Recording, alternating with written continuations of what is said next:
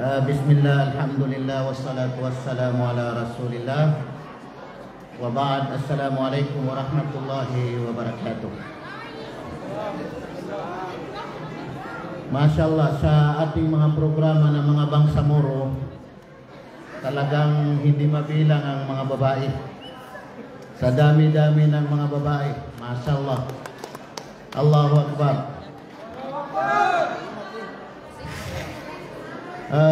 Isang napakalaking biyaya sa atin ng Allah subhanahu wa ta'ala, sapagkat napakaraming mga pagkakataon na punong-puno ang kaluluwa natin ng kaalaman. Kasi sa mga panahon na ito, kahit saan ka magpunta, punong-puno ang ating tiyan. Kaya nga lumalaki na yung mga tiyan ng karamihan sa atin. Kahit saan kain ka ng kain. Pero ang nakakalungkot, yung kaluluwa natin ay minsan ay nakakaligtaan natin. Pero dahil sa pagpasok ng Ramadan, ang pinakadiwa, tandaan natin mga kapatid ha, ang pinakadiwa ng pag-uutos sa pag-ayuno ay dito sa puso natin.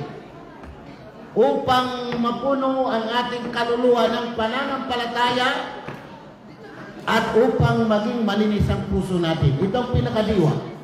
Upang maging malinis ang puso natin. Dahil dito, kung naalaala natin si Daud alayhis salam, na sinabi niya sa kanyang anak na si Sulaiman, si David, sinabi niya kay Solomon, ito ay nabanggit sa khabar, na sabi niya, anak, kung gusto mo matagpuan ang takwa, yung pagkatakot sa Allah, yung pangangamba sa Allah, ay tatlong bagay. Tatlong bagay ang huwag mong kalilimutan. Husnul tawakkuli fima lam yanal, wa husnul rida fima qad nala, wa husnul sabri fima qad fat. Itong tatlong bagay na ito napaka-importante. Unang-una ay matatagpuan natin ang takwa, yung mabuting pagtitiwala. Kapag mayroon kang gustong gawin, mayroon kang plano na mabuti, magtiwala ka sa Allah. Huwag kang mag-alanganin. Magtiwala ka sa Allah. Kung gusto mo mag-asawa ng pangalawa, magtiwala ka sa Allah. Husnul tawakkul fima lam yanal. Yung hindi mo pa natamo, hindi mo pa nakuha, gusto mong makuha, mag-aral ka, huwag kang matakot, magtiwala ka sa Allah. Huwag mong isipin na mahirap. Pangalawa, husnul ridha fima qad nala. Yung mabuting pagtanggap. Kung ano man yung nakuha mo, kung ano man yung na-achieve mo, kung ano man yung natamo mo, ay ibig sabihin, tanggapin mo yan ng bukal sa puso mo.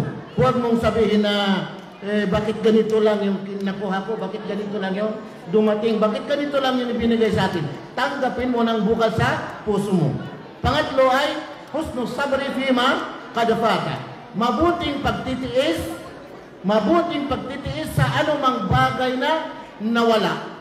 Anumang bagay na nawala sa atin ay tayo ay magtiis sa anumang mga dumapo sa atin na mga bagay. Halimbawa, hindi natin magugustuhan, o mayroong nawala sa atin, o mayroong hindi natin nagustuhan na pangyayari, ay dapat ay magtiis tayo. Kaya inimpasis naman ni Ibn Umar, kalugdan silang dalawa ng Allah subhanahu wa ta'ala, at taqwa alla tara nafsaka khairan min ahad. Tandaan natin ito kasi ito lumaganap sa ating pamumuhay. Ang takwa, kasi ito yung pinakadiwa ng pag-ayuno, ang takwa ay alla tara nafsaka khairan min ahad. Yung hindi mo makita ang iyong sarili, yan ang tunay na tao na mayroong takwa, mayroong pagkatakot sa Allah. Nakuha niya yung tanda ng diwa ng pag-ayuno sa buwan ng Ramadan. Hindi mo makikita sa iyong sarili na mas mainam ka pa sa iba. Hindi pwede yun, na makita mo yung sarili mo na mas mainam ka sa iba. Porkit balikis lang ka, sasabihin mo na mainam ka sa mga muro. Porkit muro kay pinanganak ka na Muslim, ay sasabihin mo na mainam ka sa, halimbawa mga balikis lang mo. Porkit mayaman ka, kay mainam ka sa mga mahihirap. Porkit diplomasya ka, porkit educated ka, ay mainam ka sa mga taong mga walang pinag-aralan. Hindi, kasi ang taong mainam, higit na mainam doon sa Allah, sa nagisang tunay na Diyos, ay ang sino mang malinis ang kanyang puso, malinis ang kanyang ibig sabihin, intention, malinis ang kanyang pagsunod, malinis ang kanyang pananampalataya sa tagapaglikha, walang iba kundi ang Allah subhanahu wa ta'ala. So hindi ko na po pahabayin ang aking masasabi sa ngayon. Maraming salamat sa inyong pakikinig. Assalamualaikum warahmatullahi wabarakatuh.